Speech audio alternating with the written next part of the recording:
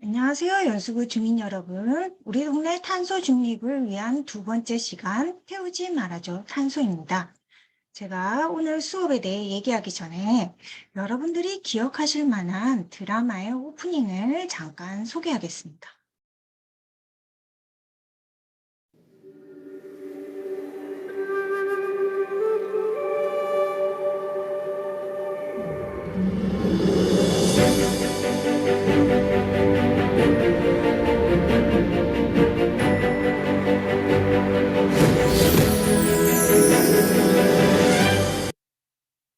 자, 저 오프닝에서 가장 기억나는 게 저는 바로 도로가 건설되는 장면이었어요. 굉장히 압도적으로 고가도로가 건설이 되었는데요. 도시의 사실 풍경을 결정하는 가장 중요한 것 중에 하나가 바로 도로입니다.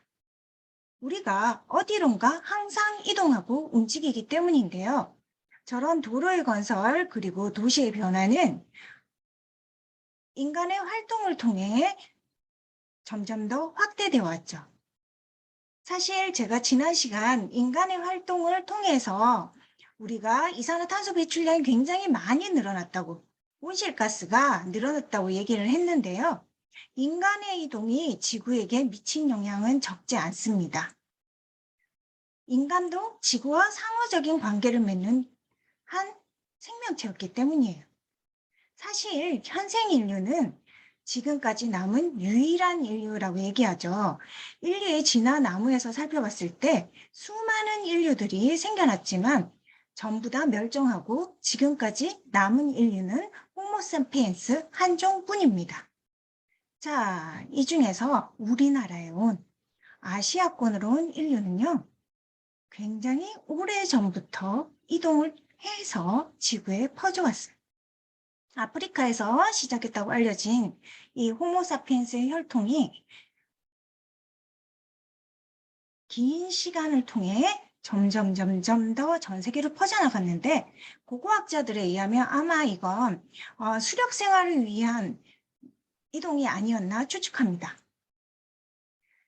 지구는 긴 시간 동안 여러 가지 모습을 하고 있었고요.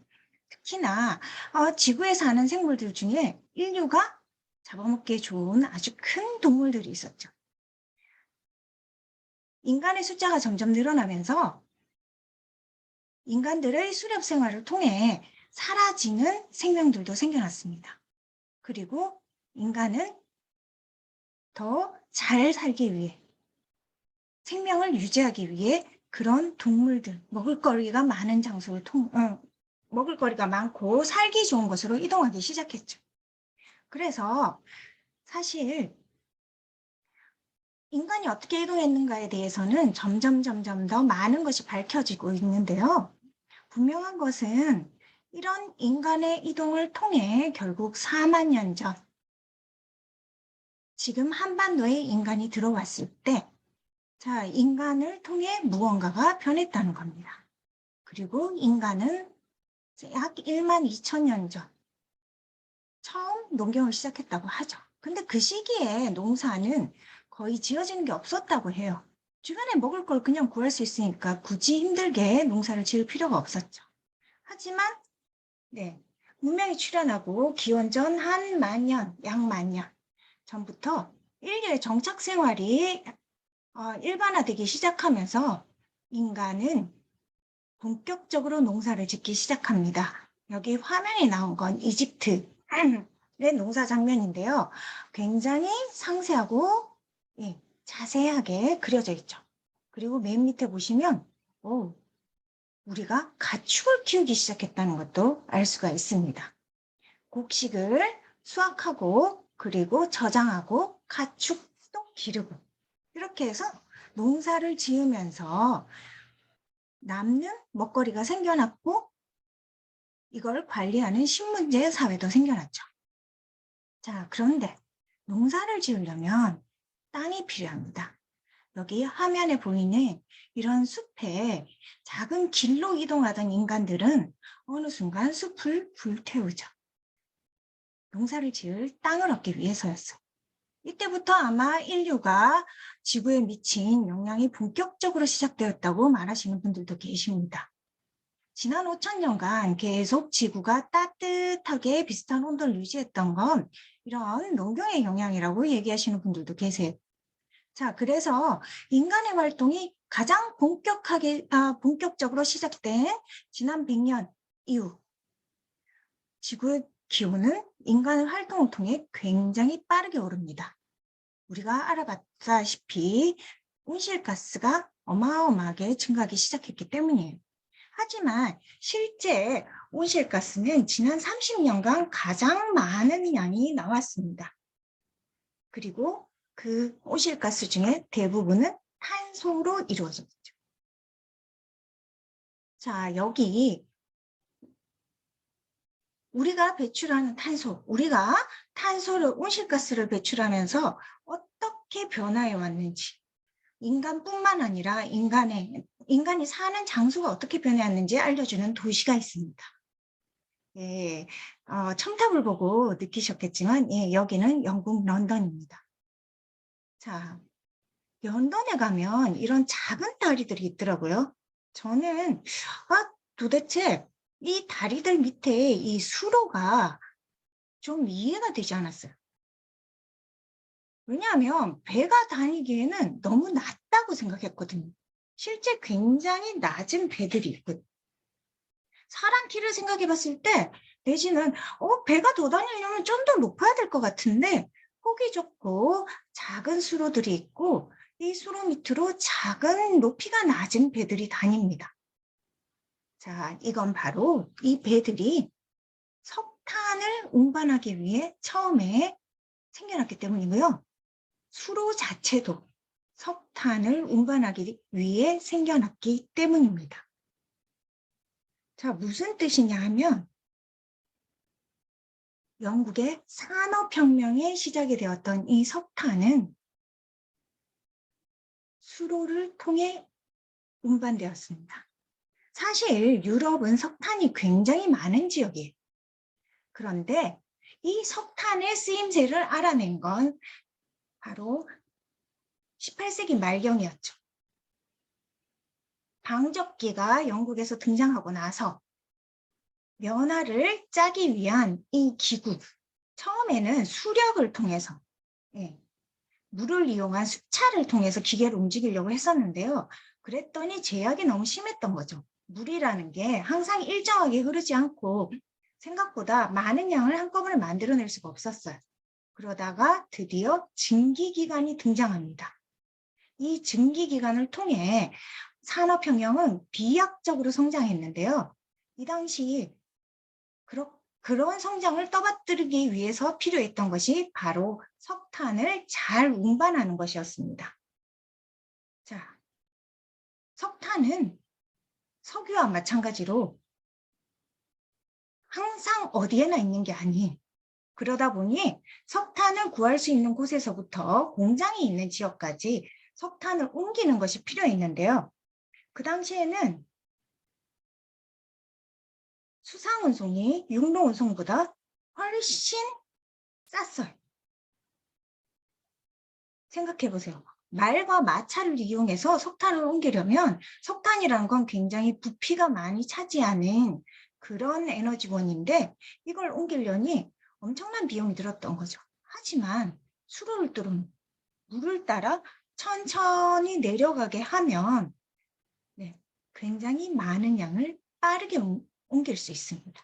적어도 말을 태워서 말을 몰면서 마차에 넣는 것보다 훨씬 많은 양을 운송하기가 좋았던 거죠. 여기 화면에 나오는 브리지워터 운하는 1959년에서 1761년 사이에 브리지워터 공작이라고 영국에 계셨던 공장님이 자신의 광산에서 맨체스터라는 우리도 아는 영국의 유명한 지역까지 처음으로 수로를 뚫으면서 시작되었습니다. 16km를 뚫어서 석탄을 운반해보니 너무 좋았던 거죠. 그래서 이분이 리버풀까지 운하를 뚫습니다. 그 전에는 이렇게 영국의 이 빨간 선이 운하인데요. 수로가 많지 않았어요. 영국도 우리나라처럼 크게 큰 나라가 아니죠. 생각을 한번 해보세요. 자, 영국의 지도가 이런데요. 사실 그냥 석탄을 옮기지 않는다고 생각을 하면 이동을 할 때 이렇게 배로 천천히 가는 것보다 어쩌면 말로 빨리 달리는 쪽이 훨씬 편합니다. 하지만 여기에 화면에 나오는 이 탄광 지역에서 보라색으로 표시된 탄광 지역에서 네, 제철업을 가지고 또는 직물 제조업을 하고 있는 이 면화를 짜고 철을 재련하는 지역의 에너지를 조달하기 위해서는 석탄을 많이 한꺼번에 운반하는 것이 굉장히 필요했어요. 자, 그러다 보니 브라지워터 공작의 이 운하 사업은 굉장히 좋은 반응을 얻습니다. 그리고 북해와 아일랜드까지 운하를 뚫는 작업이 결국 완성이 됩니다. 우리가 아는 지금의 운하가 많은 영국은 바로 이때 생겨났습니다. 우리가 어떤 에너지를 사용하느냐에 따라 도시의 모습 혹은 지도 자체가 바뀐 거죠. 여기 화면 옆에 보면 최초의 증기기관이 나오는데 이 증기기관이 석탄을 태워서 처음으로 움직이기 시작한 증기기관입니다. 자, 그렇게 해서 열심히 옮겨졌던 석탄을 통해 영국은 굉장히 빠르게 산업혁명을 완성합니다. 그리고 이 산업혁명을 통해 벌어들인 부는 또 다른 기술 개발에 박차를 가하게 하죠. 실제 영국이 운하를 통해 석탄을 운반하고 그를 통해 바다로 가서 노예를 팔고 목화를 가져와서 면직물을 생산하고 그리고 이 면직물이 생산이 시작되면서부터 우리가 아는 임금노동이 처음 시작되기 시작하는데요. 이 노동자를 먹여 살리는 설탕도 들어오게 됩니다. 사실 그래서 석탄은 어떻게 보면 인류사에 굉장히 중요한 에너지원입니다. 석탄을 통해서 우리가 지금 누리고 있는 이 대량 생산과 대량 소비의 문명 자체가 생겨났기 때문입니다. 실제 영국과 우리나라의 지도를 겹쳐서 표시하면 영국은 우리나라의 2배 정도 되는데요. 수로를 통해서 석탄을 열심히 옮기고 그렇게 해서 이룩한 부로 새로운 기술 개발에 투자하다가 드디어 우리가 아는 증기기관차가 등장합니다. 1825년이에요. 최초의 증기기관차는 1825년에 등장했습니다. 이 철도가 생겨나자 운송수단에 획기적인 변화가 생깁니다. 사실 철도는 확실히 배보다 빠르죠. 그리고 어디든 수로를 뚫지 않고 육지 위에 땅 위에 길만 깔면 됩니다. 그렇게 해서 영국 곳곳에 생긴 철도는 영국 곳곳에 물자를 빠르게 실어 나르게 됩니다. 실제 영국뿐만 아니라 유럽의 산업은요, 석탄이 나오는 곳과 굉장히 깊은 영향을 갖고 있어요. 보시다시피 겹쳐지는 이 빨간색과 빗금친 지역이 겹쳐지는 곳이 석탄 주산지와 산업이 같이 발달한 지역입니다. 여기로부터 그리고 물자를 이동할 수 있는 해안가로 해서 유럽 전체가 부흥을 시작하는 거죠. 철도를 통해 여기 까만색 빗금치진 석탄은 멀리 유럽 전역을 또 퍼져나가고 그를 통해 유럽은 부강하게 되는 거였습니다. 자, 실제 이건 유럽의 현재에도 있는 석탄 채굴 현장입니다. 굉장히 석탄도 다양한 종류가 있는데요. 그를 통해서 이 증기기관차가 석탄을 실어 나르기도 하고 석탄을 태우기도 했죠. 자, 그렇게 해서 이런 산업혁명 좋기만 했냐? 그건 아닙니다. 전 세계에서 가장 최악의 대기오염 사건으로 불리는 런던 스모그가 1952년에 일어났죠.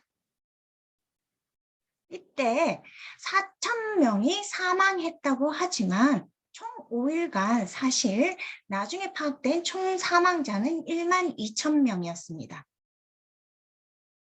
영국 런던은 12월에 난방을 거의 석탄으로 했습니다. 실제 산업도 굉장히 부흥해서 여기서 석탄을 많이 떼오기도 했지만 집집마다 난방 재료로 석탄을 쓰면서 자욱한 스모그가 생겨나기 시작했죠. 그런데 어느 날 바람이 불지 않은 겁니다. 대기 역전 현상이라고 하는데요. 이게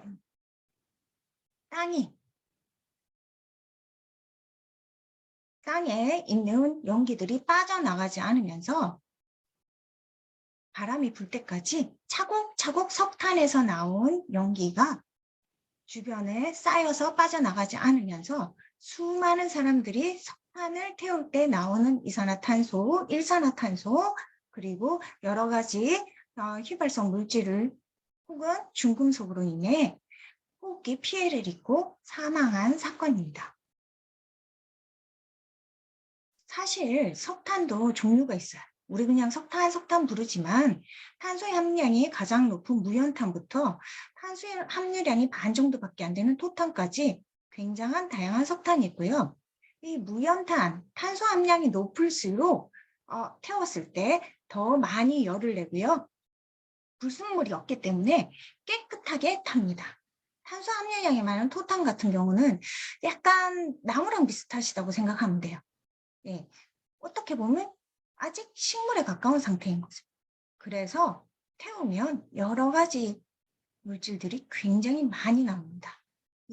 그리고 이 태울 때 나오는 모든 물질들은 대기 오염을 시키기 마련이죠.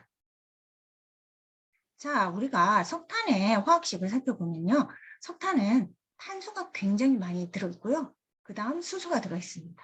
그리고 이 사이사이에 다른 물질들이 들어가 있는데요.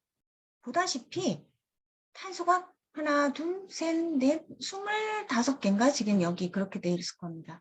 이렇게 많다 보니 불에 태우면 공기 중에 있는 산소와 만나 이산화탄소를 굉장히 많이 만들어낼 수밖에 없어요. 자, 그렇게 해서 태운 석탄을 통해 일어난 산업혁명이 대기오염과 그리고 이산화탄소를 만들어낼 동안 이 기차 옆에서 달리던 마차, 우리가 뭔가 물건을 이동시키는 처음에 이동시킬 수 있게 된 건 사실 이 바퀴가 나오고부터인데요. 바퀴는 굉장히 오래전에 발명되었을 거라 추측됩니다. 물건을 이동시키는 이런 농경이 시작되었을 때 이미 바퀴가 같이 발견되지 않았나 이런 얘기들이 나오고 있어요. 그리고 이 바퀴가 나오고 나서 철도가 다닐 때까지 철도가 놓여지지 않은 지역에서는 마차가 다녔어요. 그리고 이 마차는 주로 사람들을 옮기고 물건을 옮겼는데 어느 순간 마차는 우리가 아는 자동차로 바뀌게 되죠. 세계 최초의 자동차는 1886년에 나왔습니다. 칼 벤츠가 만들었고요. 약간 신기하죠? 세발 자전거 같습니다.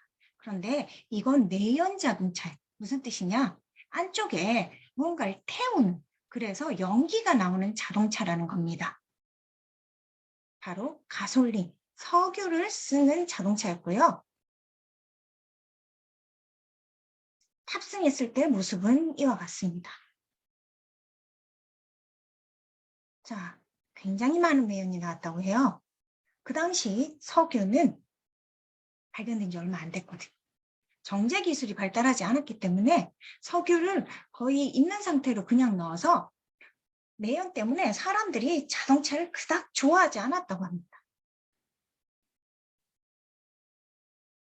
사실 석유는 1859년 미국에서 최초로 상업용 석유를 시추하기 시작합니다. 에드윈 드레이크라는 사람인데요.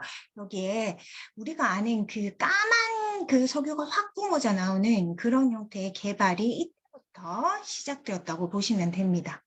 그렇다면 최초의 양산형 전기 자동차는 언제 나왔을까요? 생각보다 빨리 나왔습니다, 여러분. 사실 1894년에 아까 세 발 달린 그 석유로 달리는 자동차보다 훨씬 빨리 나왔어요. 석탄을 태워서 증기 열차만 달리게 한 게 아니라 석탄을 태워서 전기도 빨리 만들어내기 시작했다는 거죠. 최초의 전기 자동차는 1830년대에 이미 개발됐다고 합니다. 실제로 세계 최초로 만들어진 전기차는 기스타프 트루베이라는 사람이 발명한 3륜 자동차였고요. 이건 근데 양산형은 아니었어요. 영국의 토마스 파커가 만들어낸 이 자동차는 양산형으로 사람들이 많이 타고 다니게 됩니다. 이게 가능했던 건 1868년 영국에 세계 최초의 발전소가 생겼기 때문이에요. 우리가 아는 그 에디슨이 만든 발전소였습니다. 당연히 석탄을 태워서 전기를 만들었고요. 자, 그리고 이 전기차, 사실 가솔린 엔진으로 달리는 자동차보다 훨씬 인기가 좋았어요. 5년 일찍 나온 탓도 있지만 당시 전기 자동차는 내연 자동차에 비해서 소음, 진동, 냄새가 굉장히 적었다고 합니다. 게다가 시동을 위한 핸들 조작이 굉장히 쉽고요. 기호 조작이 필요 없어서 상류층 여성들에게 많은 인기를 얻었다고 합니다. 실제 남은 사진들도 그래서 여성이 운전하는 모습이나 이와 같이 여성이 충전을 하고 있는 이런 모습들이 많이 남아 있습니다. 그래서 1900년대 초까지 사실 내연 자동차보다 전기차가 훨씬 많이 팔렸어요. 우리 지금 생각하면 전기차는 최근에 개발된 게 아닌가? 하지만 아닙니다. 전기차는 이미 휘발유로 달리는 차보다 훨씬 일찍 상용화가 되었어요. 그러나 전세는 역정됩니다. 이 석유라는 물질은 사실 전기보다 석유라는 물질은요, 석탄보다 이동하기가 굉장히 편하죠. 그리고 석탄으로 전기를 만들면 충전기가 필요하고 이 충전을 하고 다시 이동시키는 게 필요한데 석유는 그대로 가져가서 에너지원으로 쓸 수 있습니다. 석유는요, 석탄보다 탄소의 양이 적어요. 그러다 보니 아무래도 잘 정제하기만 하면 석유보다 훨씬 이산화탄소나 매연도 적게 되죠. 자, 1820년 포드사에서 드디어 자동차 업계의 지각 변동을 일으키는 모델 T라는 자동차를 만들어냅니다. 이게 가능했던 건 그 당시 석유 중에 매연이 상대적으로 적은 중진류, 미국산 중진류가 드디어 등장했기 때문입니다. 자, 매연이 적고 정제가 잘 된 석유가 나오면서부터 사람들은 빠르게 전기차에서 내연 자동차로 갈아탑니다. 단순히 내연 자동차만 갈아탄 게 아니고요. 이 석유의 등장이 중요했던 건 1903년에 세계 최초의 비행도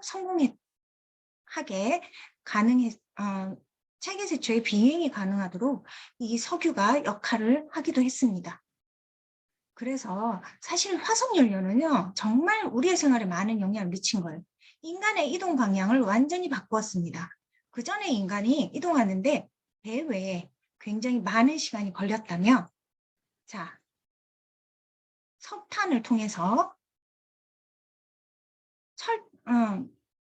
기차가 나오고요, 자동차가 나오고, 석유를 통해서 자동차와 내연 자동차와 비행기가 등장합니다. 우리 화석연료가 인류의 삶의 방식을 바꾸게 된 거죠. 그렇다면 1900년대, 자, 전기차가 저물고 내연 자동차가 나오던 1900년대 사실 대도시에서 가장 대중적이었던 탈 것은 뭘까요? 스스로 움직이는 걷기였을까요? 자전거였을까요? 네, 의외로 트램이라는 노면 전차였습니다. 이 노면 전차는 많은 대도시를 장악하고 있었어요. 이거 역시 전기로 달립니다. 전기로 달리지만 도시 내에 어때요? 속도가 그렇게 빠르지 않아도 사람들이 이동하기에 한꺼번에 이동하기에 충분했기 때문에 이 트램, 노면 전차는 굉장한 인기를 끌고 있었는데요. 1900년대 어느 순간 이 트램들은 모두 사라지고 석유로 달리는 버스로 대체됩니다. 우리의 교통수단은 지금 우리가 타는 걸 생각해보면 별로 변한 게 없네 라고 생각하실 수 있지만 생각외로 많은 이 굴곡이 있었어요. 자, 여러분들은 그럼 어떤 이동수단을 가장 좋아하나요? 걷기를 좋아하시는 분들도 계실 거고 자전거를 좋아하시는 분들도 계실 거고 자동차를 좋아하시는 분들도 계실 거고 지하철을 자주 이용하시는 분들도 계실 겁니다. 그리고 해외 업무가 많은 분들은 아무래도 비행기를 자주 타고 좋아하실 수 있어요. 인천을 기준으로 봤을 때 인천은 다른 도시와 다른 특별한 면이죠. 자, 여기 인천의 도로 지도를 보시면 인천은 굉장히 많은 도로가 시작되는 점이라는 걸 알 수 있습니다. 그리고 인천에는 다양한 탈 것이 있어요. 첫째, 인천공항에 있어서 비행기를 타기가 좋죠. 그리고 두 번째, 인천항이 발달되어 있어서 배도 다닙니다. 서울 쪽에는 배가 안 다니죠. 내륙에 없는 운송수단이 있다는 뜻입니다. 실제 영종도에 사시는 분들하고 얘기하다가 제가 조금 놀랬던 게요. 저는 이제 내륙에만 있다 보니 이 배에 대한 감각이 없었는데 이분들은 강화도를 가실 때 배를 탄다 하시더라고요. 어떨 땐 배가 더 빠르다는 거. 생각해보면 맞는 말입니다. 우리는 우리 가까이에 있는 지형에 따라 무엇으로 이동할지를 정해왔죠. 이건 우리가 정하겠다기보다는 주변 환경에 의한 영향이었는데요. 자, 인천은 그래서 비행기, 배, 그리고 모두가 타는 자동차까지 전부 다 이용할 수 있는 지역입니다. 그리고 이건 다른 말로 말해서 이 세 가지 운송수단이 만들어내는 부작용 또한 같이 겪게 되는 도시라는 뜻이기도 하죠. 첫 번째 문제. 그래서 미세먼지 어떻게 할까요? 이건 오랜 고민이었습니다. 실제 미세먼지 농도를 살펴보면요. 지속적으로 우리나라 미세먼지가 지금 줄어들고 있어요. 하지만 그럼에도 불구하고 회색띠가 인천인데요. 인천은 항상 상향권에 있었습니다. 줄기도 가장 빠르게 줄었죠. 2015년에는 가장 미세먼지가 높은 지역이었다가 잘 관리를 한 덕분에 2019년에는 제일 높은 도시라는 미명에서 벗어났습니다. 오히려 서울이 높아졌죠. 이건 어떻게 보면 인천에서 시작된 도로하고도 관계가 있습니다. 인천은 화물차들이 많이 다니기 때문에 미세먼지 농도가 높다는 얘기가 있는데요. 화물차들이 많이 다녀도 서울 시내에 다니는 자동차만큼 차가 많이 다니지는 않습니다. 그게 문제인 거죠, 서울은. 그래서 우리 주요 도시 연평균 미세먼지 농도가 아까는 PM2.5고요. 이건 PM10입니다. 크기가 좀 큰 거죠. 큰 걸 살펴봤을 때도 인천의 미세먼지 농도는 다행히 지속적으로 줄고 있어. 자, 지속적으로 줄고 있는데 이 미세먼지라는 것이 어디서 많이 생기냐. 미세먼지는 1차 발생원이 있고 2차 발생원이 있습니다. 1차는 그냥 미세먼지 자체가 생기는 거. 이게 PM10이라고 거의 생각하셔도 무방할 것 같습니다. 실제 우리가 아는 미세먼지 중에서 큰 거, 좀 큰 거, 피부를 바로 통과하지 않는 크기인 PM10은요. 건설 현장, 공장, 도로, 배기가스, 불법 소각 이런 곳에서 많이 생겨납니다. 근데 문제는 이 미세먼지 중에 PM2.5, 피부를 통과하는 크기, 초미세먼지라고 불렀으나 지금은 그냥 미세먼지라고 부르는 이 PM2.5의 문제입니다. 인천은 사실 전국에서 가장 발전소가 어떻게 보면 많은 지역이기도 하죠. 인천 전체가 필요하는 전기의 3배를 생산하는 지역입니다. 인천에서 만들어진 대부분의 전기들은 서울과 수도권으로 갑니다. 그래서 에너지 산업 연소, 네, 굉장히 높죠. 여기 발전에 의한 에너지 산업 연소로 인한 미세먼지가 많을 수밖에 없는 지역입니다. 왜냐하면 이 미세먼지의 대부분은 사실 석탄발전소에서 나오죠. 네. 그리고 그 다음을 찾아보시면 인천이 도로이동 오염원이 굉장히 높다는 걸 아실 겁니다. 도로이동 오염원이 뭐냐? 말 그대로 도로, 고속도로, 예, 일반 도로를 얘기합니다. 비도로 이동 오염원은 도로 이동 오염원보다 더 높은데요. 이건 바로 항구와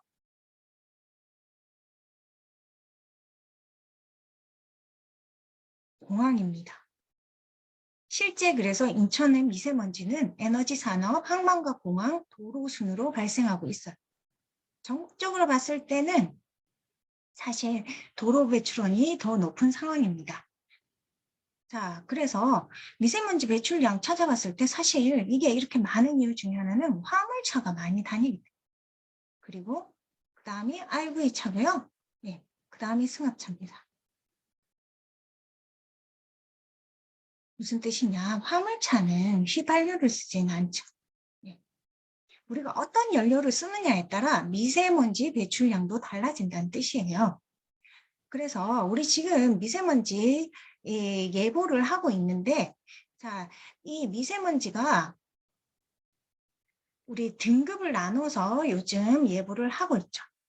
초미세먼지 2.5 같은 경우에는 자, 35까지가 보통입니다. 예전에는 이렇게 구분하지 않았죠. 그리고 36부터 75가 나쁨이고요. 76 이상이 매우 나쁨입니다. 이런 이 수치가 1시간 이상 지속될 때 이 미세먼지 농도별 예보가 발급되고 있는데요. 자, 일체 미세먼지로 결정되는 게 아니에요. 사실 미세먼지는 특히나 배기가스나 혹은 왜 석탄 화력 발전소를 통해서 나오는 이런 먼지 자체 분자들은 햇빛을 받으면 분해됩니다. 쪼개진단 말이죠. 쪼개졌다가 다른 거랑 붙어요. 화학 반응을 일으킨다는 뜻입니다. 그래서 직접 배출되는 1차 미세먼지보다 사실 우리 가스 상태로 배출된 이 배기가스 같은 것들이 새로 만들어지는 초미세먼지가 훨씬 더 많습니다. 그걸 아는 건 오존 농도를 통해서도 알아내기도 해요. 실제 우리나라 초미세먼지의 70% 이상이 2차 생성 미세먼지고요. 미세먼지의 거의 반 이상도 2차 미세먼지입니다. 이 2차 미세먼지를 살펴보면요. 유기성, 휘발성 유기화합물, 황산화물, 암모니아, 질소산화물로 되어 있는데요. 암모니아 같은 경우 실제 1차 미세먼지로는 거의 생길 일이 없어요. 오로지 공기 중에서. 네, 햇볕을 받고 이 대기오염 물질이 뜨거운 상태로 빠져나오는 순간에 그때 다시 만들어지는 겁니다. 그리고 더 무서운 건 사실 이건 우리가 추적한 물질일 뿐이에요.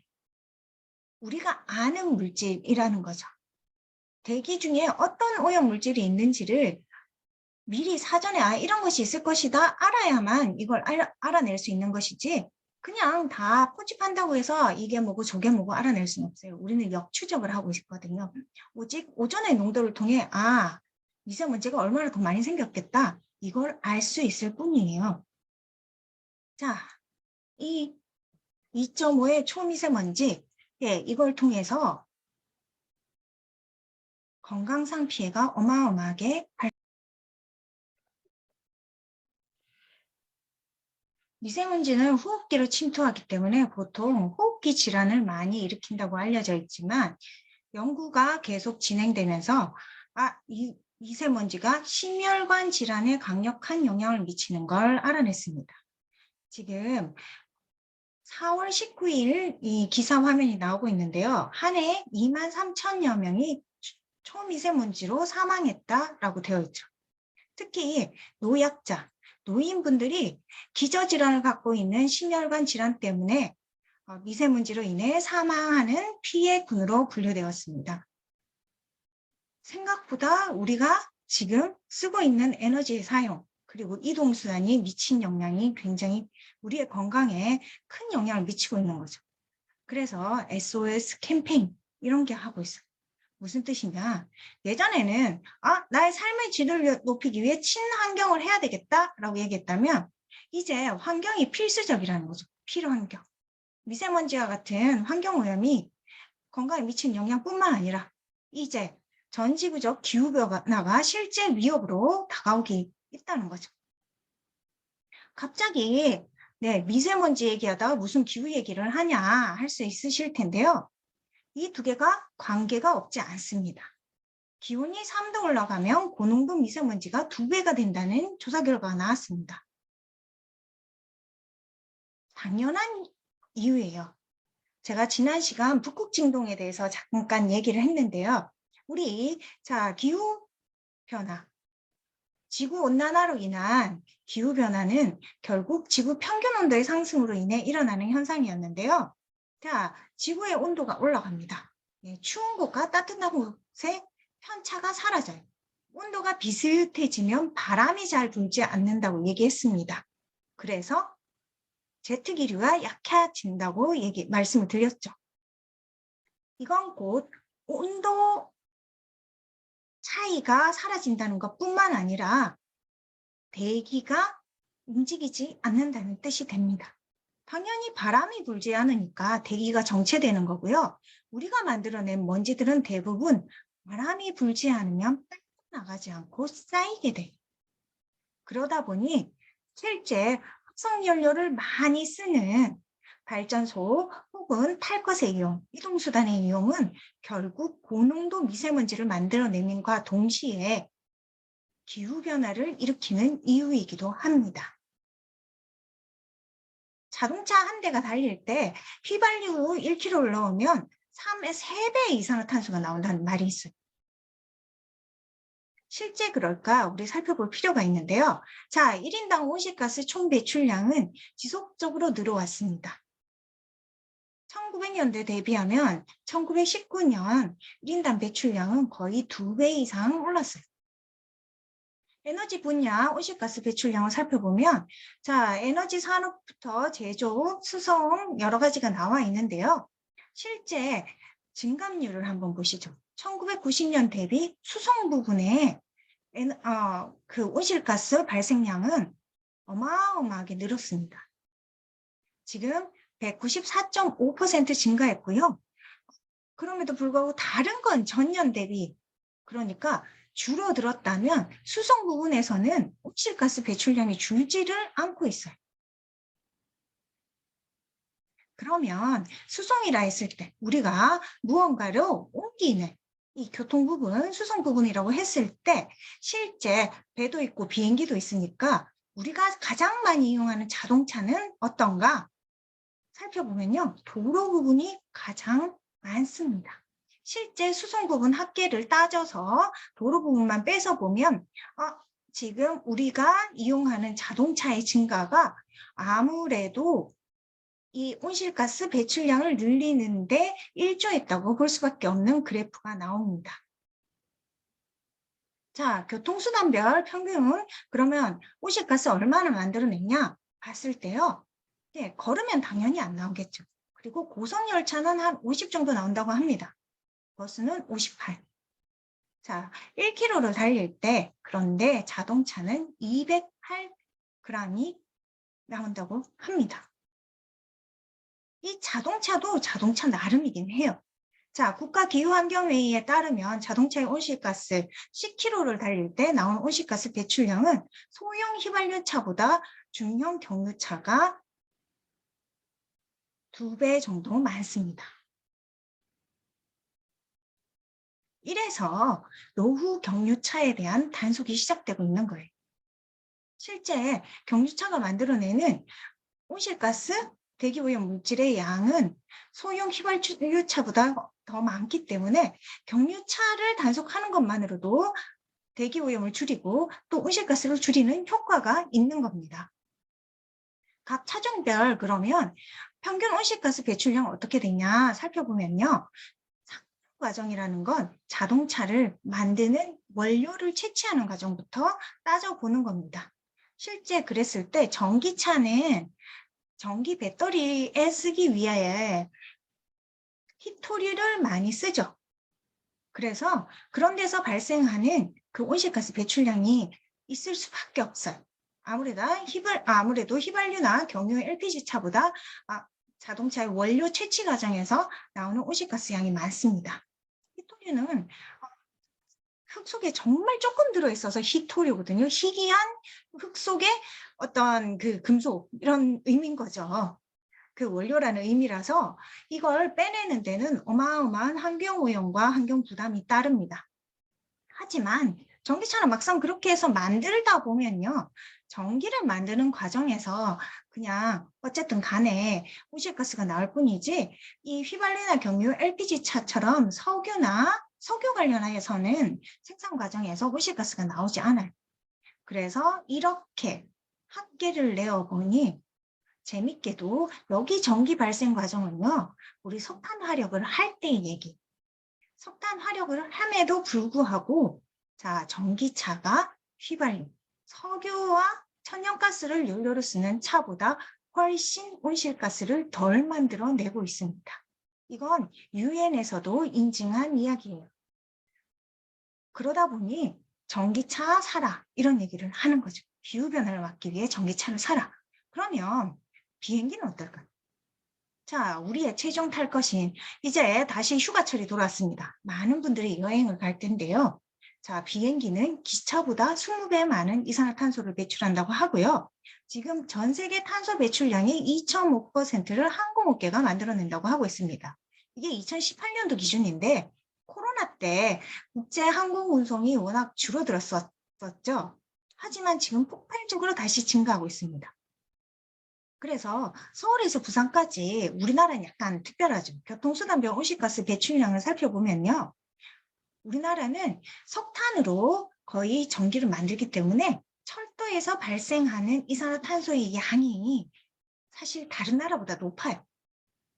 그럼에도 불구하고 비행기로 이동하는 것이 훨씬 온실가스가 많이 나옵니다.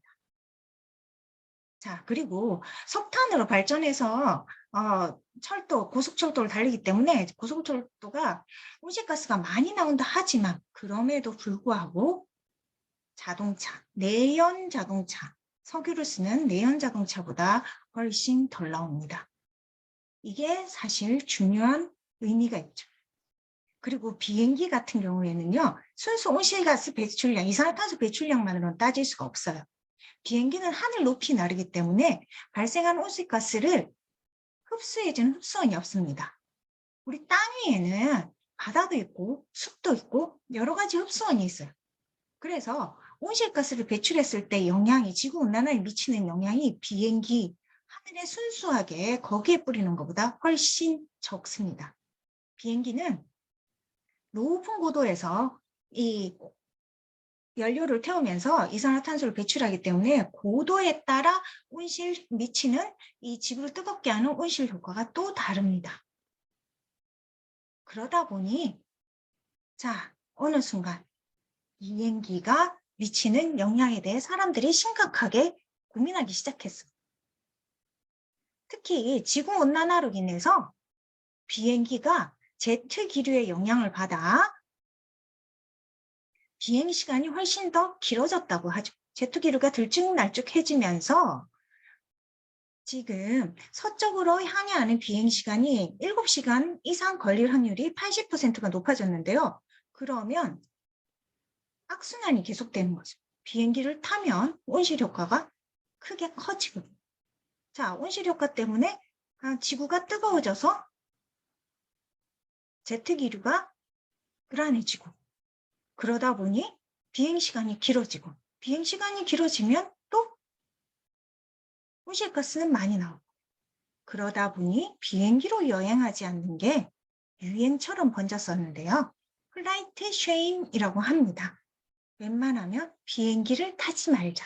비행기를 타는 게 부끄러워 라는 뜻입니다. 많은 분들이 그래서 비행기를 타기보다 이제 다른 방법으로 여행을 하려고 하죠. 그럼 배는 괜찮냐? 사실 배의 가장 큰 문제는 벙커시유를 쓴다는 것입니다. 우리 석유가 원유 상태에 있을 때는 여러 가지 불순물이 섞여 있죠. 그래서 그중에서 여러 가지 우리가 어디에 쓰느냐에 따라 석유를 정제하게 되는데요. 가장 좋은 연료는 아무래도 안전이 필수적인 비행기. 자, 그 다음에 자동차에 쓰죠. 그리고 남는 가장 품질이 낮은 벙커시유를 배에다 쓰고 있었습니다. 그러다 보니 선박이 배출하는 온실가스 양이 어마어마했어요. 어마어마했는데 국제적으로 우리 세계화가 진행되면서 물건들이 전 세계를 돌아다니기 시작하자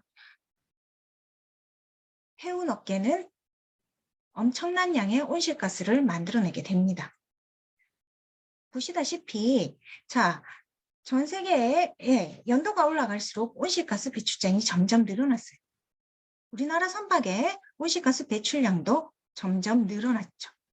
그러다 보니 기후변화 막기 위해 우리 뭘 해야 된다? 더 이상 이 석유, 석탄 태우면 안 된다는 결론이 나고 있는 거죠. 그래서 자, 기후변화를 막기 위한 가장 효과적인 방법으로 이동수단이 새롭게 등장하고 있습니다. 그린 모빌리티라고 얘기해요. 지구를 위한 친환경 이동수단을 하자는 거죠. 그린 모빌리티는 친환경 에너지를 연료로 하는 모든 이동수단을 말하기 때문에 사실 제가 얘기한 배, 비행기, 자동차, 기차뿐만 아니라 여러 가지를 포함하게 됩니다. 그런데 일단 그럼 우리가 가까이 접할 수 있는 그린 모빌리티 뭐가 있을까요? 첫 번째, 전기차입니다. 실제로 우리나라 정부도 전기차와 수소차 보급을 첫 번째로 들고 있습니다. 그리고 노후경유차는 더 이상 대기오염과 온실가스를 만들어내지 않은 친환경 전환을 하자고 하고 있고요. 2024년까지 완전히 없는 쪽으로 제로화하자고 얘기하고 있습니다. 그 다음에 선박을 친환경적으로 바꾸자고 얘기하고 있습니다. 자, 이 친환경 선박을 만든다는 건 생각보다 되게 여러 가지를 포함하고 있습니다. 물론 당연히 연료, 벙커시유가 아닌 깨끗한 연료를 쓰겠다는 거고요. 그래서 연료전지나 바이오 연료나 혹은 태양광, 전기를 이용한 선박까지 이야기가 되고 있습니다. 뿐만 아니라 이 친환경 선박에는요, 해양 오염을 막는 저감 기술도 들어가 있어요. 무슨 뜻이냐 하면, 자, 예전에는 바다 위에서 쓰레기가 생기면 가져왔어야 했죠. 바다에다 다 버릴 수는 없잖아요. 물론 버린 배들도 있다고 하지만 버릴 수 없기 때문에 실어서 왔어야 했어요. 실어서 오다 보면 어때요? 배가 무겁기 때문에 당연히 연료를 더 태웁니다. 하지만 친환경 선박이 도입되면 해상에서 폐기물 수거를 한 번에 하기도 하고요. 또 우리 바이오 연료 이런 쪽으로 이용할 수도 있는 거죠.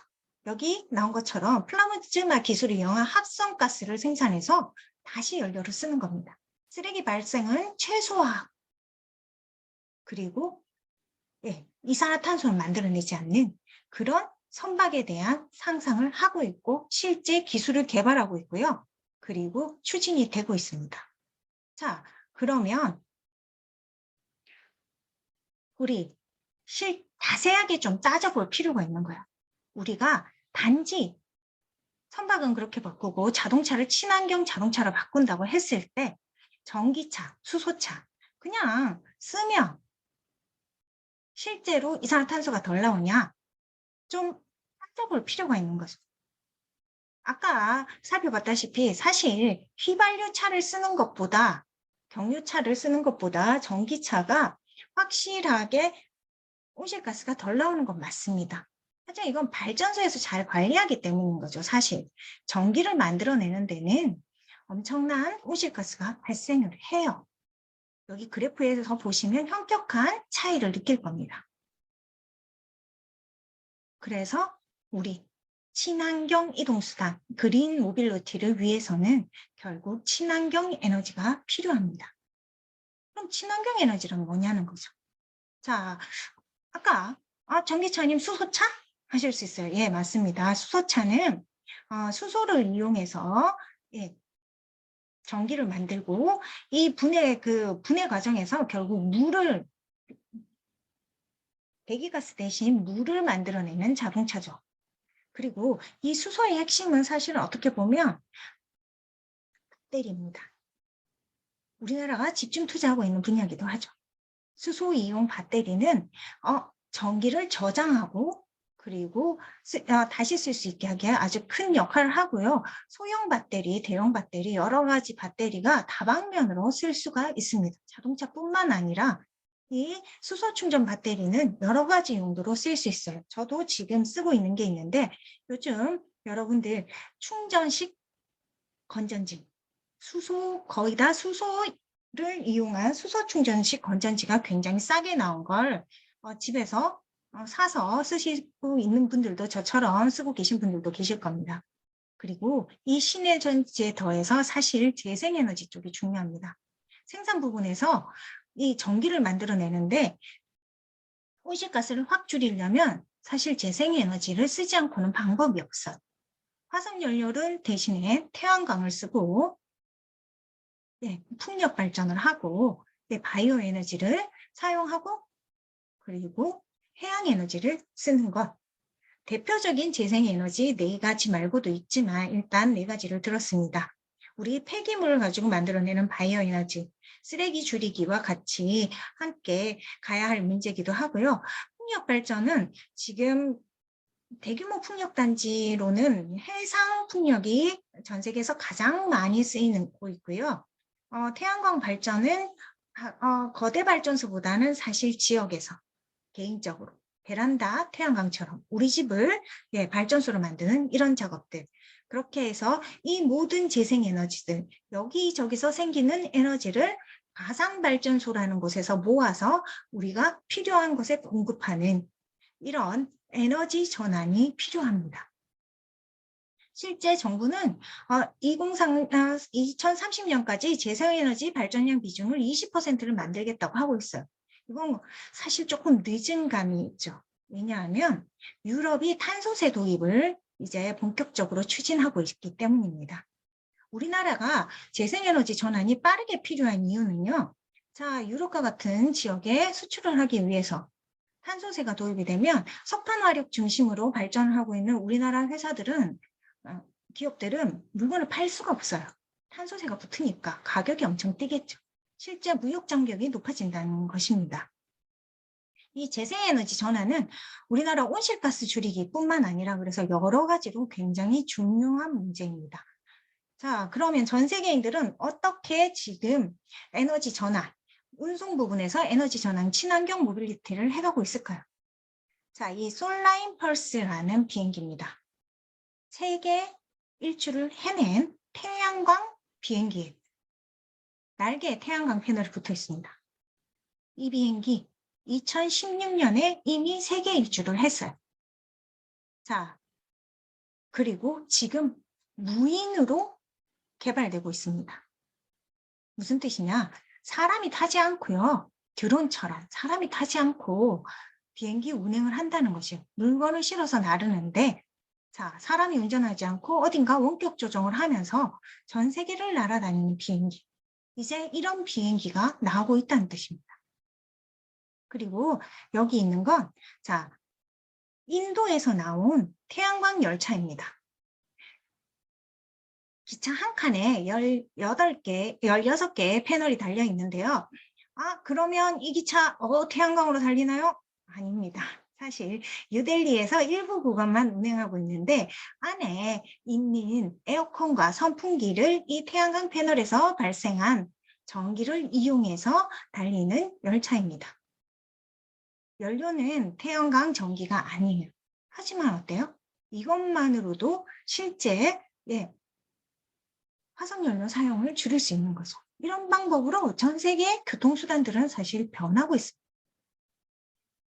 지금 여기에 나온 건 EU 철도 노선대인데요. 자, 우리 고속열차 생각해 보세요. 전기로 달리죠. EU의 열차들도 마찬가지입니다. 대부분의 열차들이 전기화되어 있는데요. 이 고속열차, 이건 네덜란드에서 달리고 있는 고속열차인데 이 열차는 오로지 풍력 발전으로 만들어진 에너지로 달리는 열차입니다. 그렇기 때문에 온실가스가 나오지 않죠. 풍력 발전을 할 때 나올 뿐이지 그 풍력 발전도 사실 풍력 발전기를 만들 때 가장 많은 온실가스가 나오고요.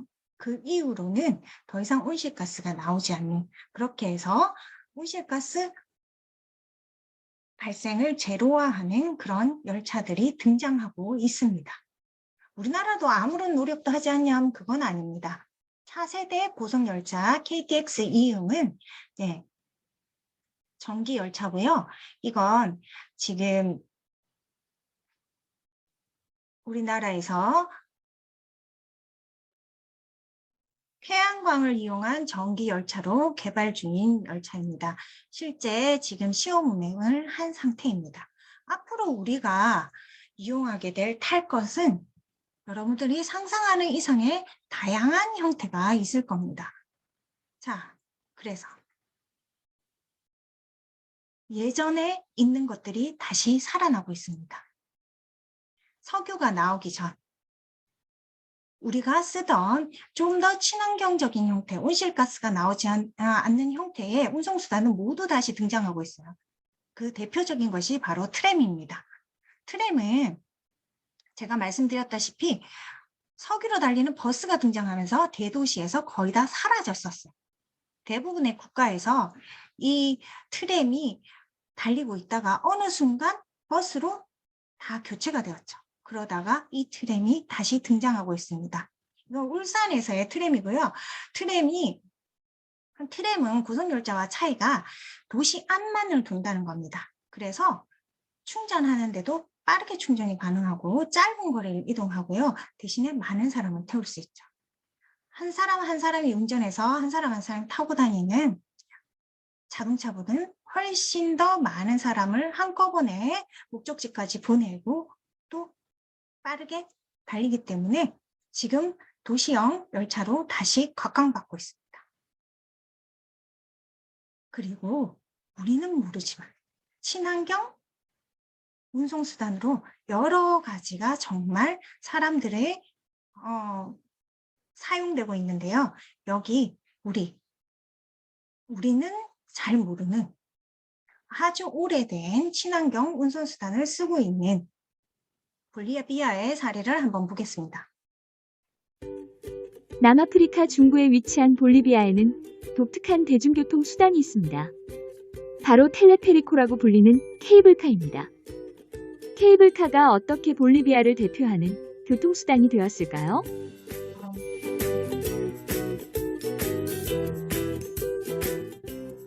세계에서 가장 높은 케이블카라는 뜻을 가진 텔레페리코는 볼리비아의 수도 라파스와 위성도시 엘 알토를 잇는 케이블카입니다.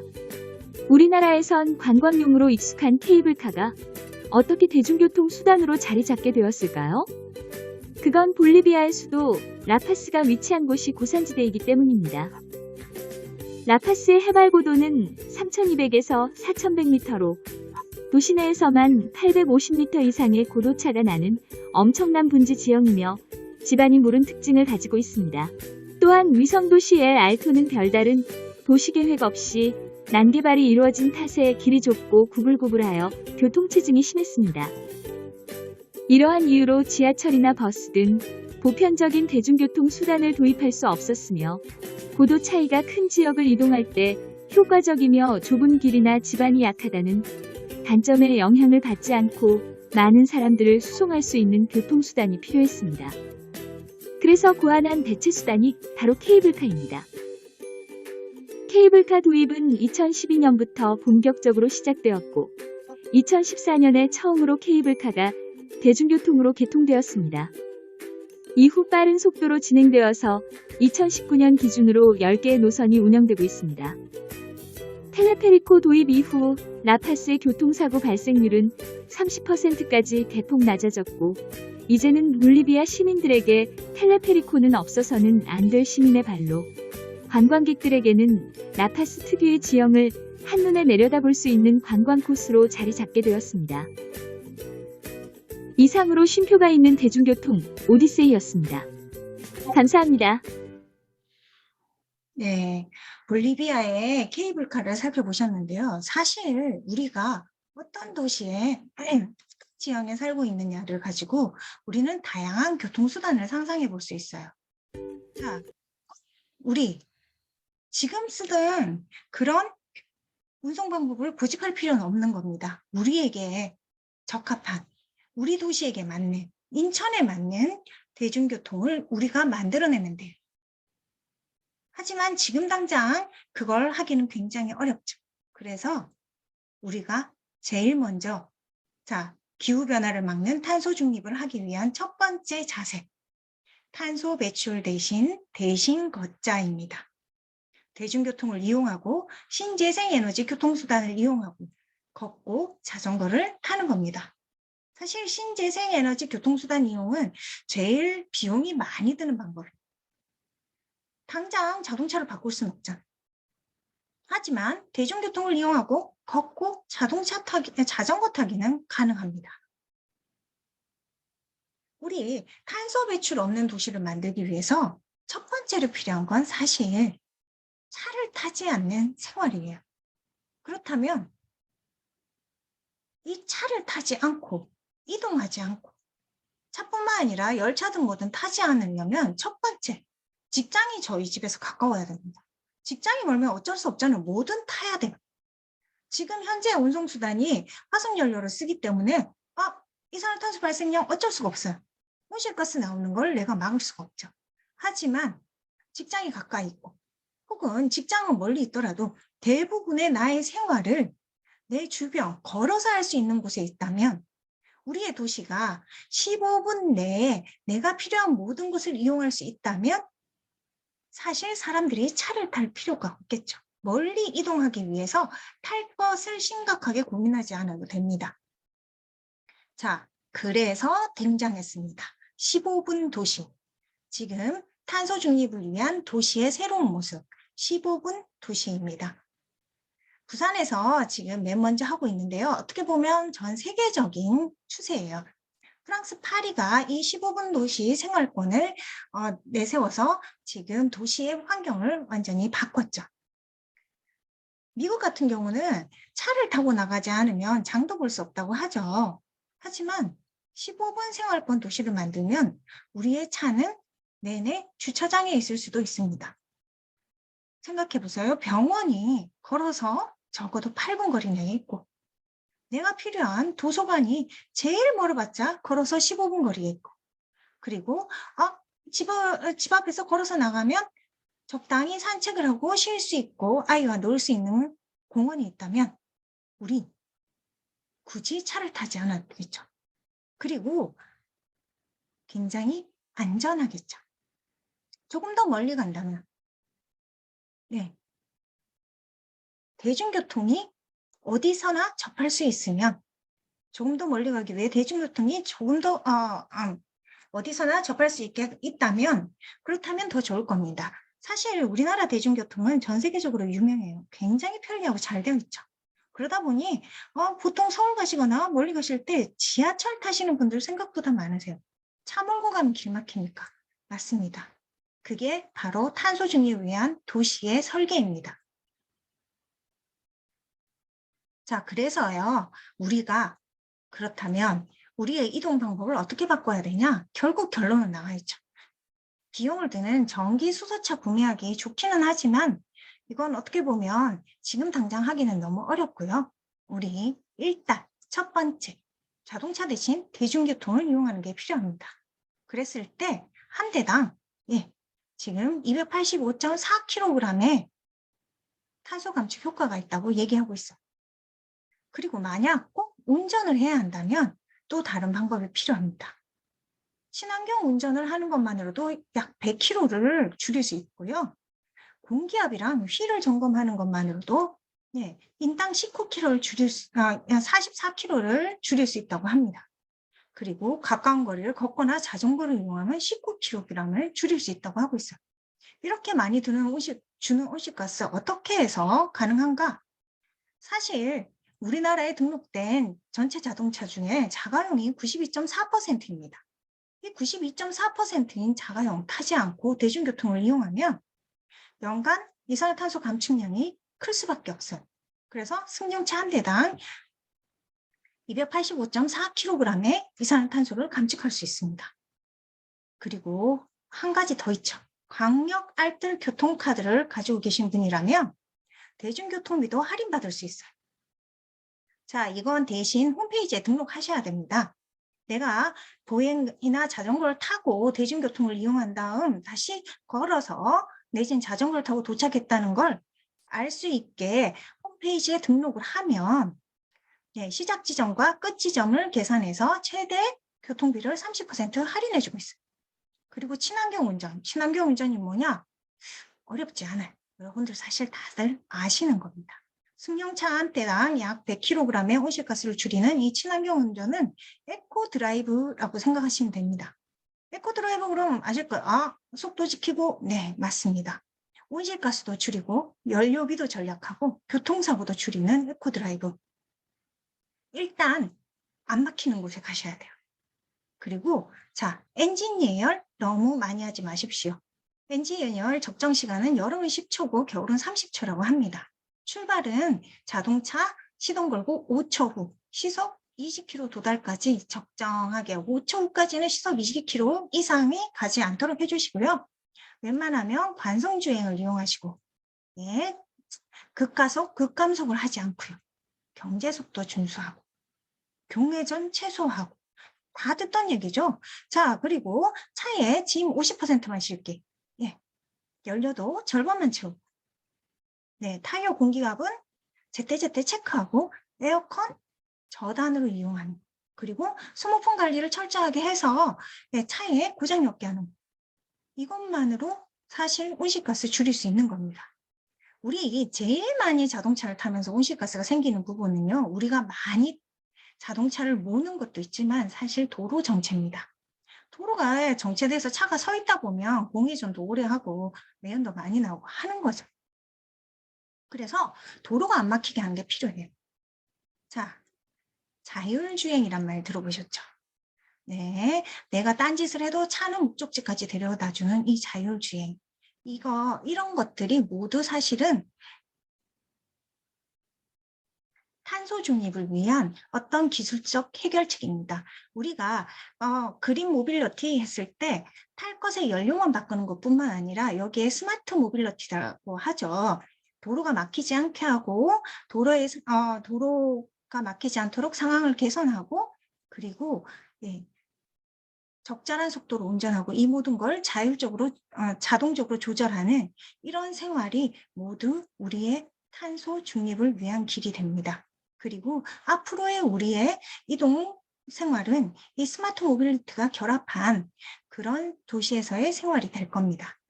자, 그래서 여러분들 타이어 적정 공기압 유지해 주세요. 이것만으로 44.6kg의 연간 이산화탄소 감축을 할 수 있습니다. 저는 보통 한 36에서 38 정도를 유지하고 있는데 계절별 적정 타이어 공기압이 있습니다. 보시다시피 여기 밑에 참고가 나와 있는데요. 제가 가져온 이 자료들은 전부 그 탄소 중립 생활 실천 안내서 가정편에 나와 있는 겁니다. 온라인에서 쳐보시면 PDF 파일로 제공하고 있으니 다운받아서 잘 살펴봐 주세요. 그리고 마지막으로 전기 수소 자동차를 구매하는 방법을 정부 또한 제시하고 있어요. 우리 아까도 살펴봤다시피 자동차 종류별 이산화탄소 배출량, 전기차가 가장 낮기 때문에 우리 이대로 전기차 전환을 하자고 얘기하는 겁니다. 하지만 제일 중요한 건 가까운 거리 걷거나 대중교통을 자전거를 이용하는 거죠. 실제 코로나가 터지고 나서 다른 나라에서 자전거 이용이 확 늘어났다고 하죠. 우리나라는 근데 자동차가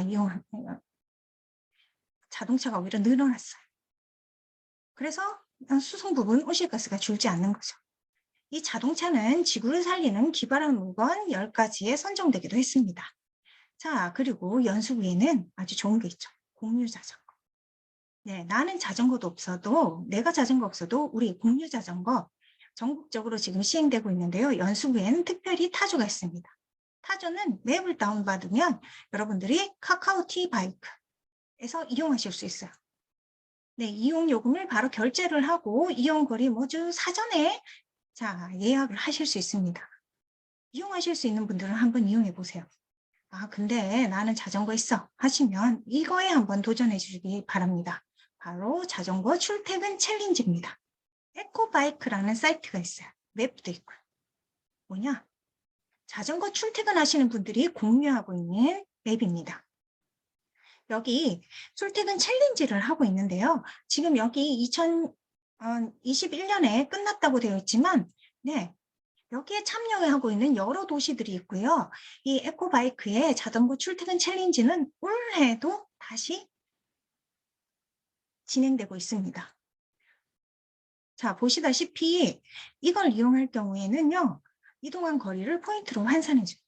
자, 내가 얼마나 온실가스를 감축했는지, 나의 자전거 출퇴근이 나의 건강 외에 지역사회에 어떤 긍정적인 영향을 미치는지 알 수 있는 맵입니다. 그래서 우리 도시 풍경을 바꿔요. 아까 맨 처음에 봤던 것처럼 높게 솟은 고가도로를 더 만들 게 아니라 우리 출퇴근이 편리한 자전거 길을 더 만드는, 그렇게 해서 우리 모두 도시의 새로운 풍경과 온실가스 없는 그런 도시를 만드는 데 일조했으면 좋겠습니다. 네. 자동차 근데 자동차를 타는 이유 중에 하나가 자전거를 들고 못 갈 곳이 많아서 그렇다. 내지는 장거리를 가끔은 꼭 출퇴근할 때 자전거를 탈 수 없는 길이 있다 하시면 수도권 자전거 휴대 승차를 가능한 열차 안내를 살펴보세요. 실제 지금 이용하는 구간에 대한 자세한 안내가 여기 자전거 승차 안내 사이트에 들어가시면 다 나와 있습니다. 우리 대중교통과 자전거 함께 잘 이용할 수 있는 방법 이미 나와 있어요. 그래서 에코바이크는요, 여기 제가 화면 캡처해놨는데 맵을 설치하신 다음 시작하시면 그냥 아무거나 하지 마시고요. 우리 연수구 인천시민이니까 인천을 누르고 로그인을 하시면 됩니다. 실시간 현황을 보면 나 혼자 하는 게 아니라 여러 사람이 같이 하고 있다는 걸 아실 수 있을 거예요. 그렇게 해서 지금 바로 시민행동 기간이거든요. 참여하셔서 여러분들 포인트도 얻고 그리고 나의 실천 행동으로 온실가스도 줄이고 그리고 여기 에코바이크에서 주는 부상도 받아가시기 바랍니다. 자, 근데 유의할 점. 딱 한 잔만 하고 자전거는 안 됩니다. 자전거도 음주운전 시 범칙금이 있습니다. 3만 원이거든요. 음주운전 하지 마세요. 실제 이렇게 우리 개인용 이동수단을 많이 쓰면서요. 차량이 아니라 개인용 이동수단을 위한 교통사고가 늘어나고 있어요. 그리고 개인용 이동수단의 성격상 이게 외부에 돌출되어 있으니까 실제 사고가 났을 경우에 사망자가 굉장히 많습니다. 청소년 같은 경우 전동 킥보드 사고가 많죠. 전동 킥보드가 13살부터 탈 수 있는데요. 자, 자전거 대신에 자전거 몰기 힘들어요. 그래서 많이 타거든요. 안전장비 차시고 안전운행 기억해 주시기 바랍니다. 그래서 여러분들 지금부터 제가 추천해 드릴 건 바로 이겁니다. 연수구에는 멋진 생태길이 있어요. 그런데요. 지금 아름다운 자전거 길을 찾아보면요. 소래포구, 아라뱃길, 웅진군만 나와 있습니다. 연수구가 안 나와 있어요. 우리 연수구의 아름다운 자전거 길을 추천해 주세요. 자, 연수구에 타조로 꼭 타라는 거 아닙니다. 내가 알고 있는 자전거를 갖고 계신 분들은 아름다운 자전거 길을 추천해 주시고요. 또 자전거 없다, 나는 힘들어 그러시는 분들은 걷기 좋은 산책길을 추천해 주세요. 우리의 도시에 필요한 연수구에 딱 맞는 연수구가 이미 갖고 있는 아름다운 길 중에서도 특히나 걷기 좋은 우리 15분 도시를 만들 수 있는 산책길을 같이 찾아보면 좋겠습니다.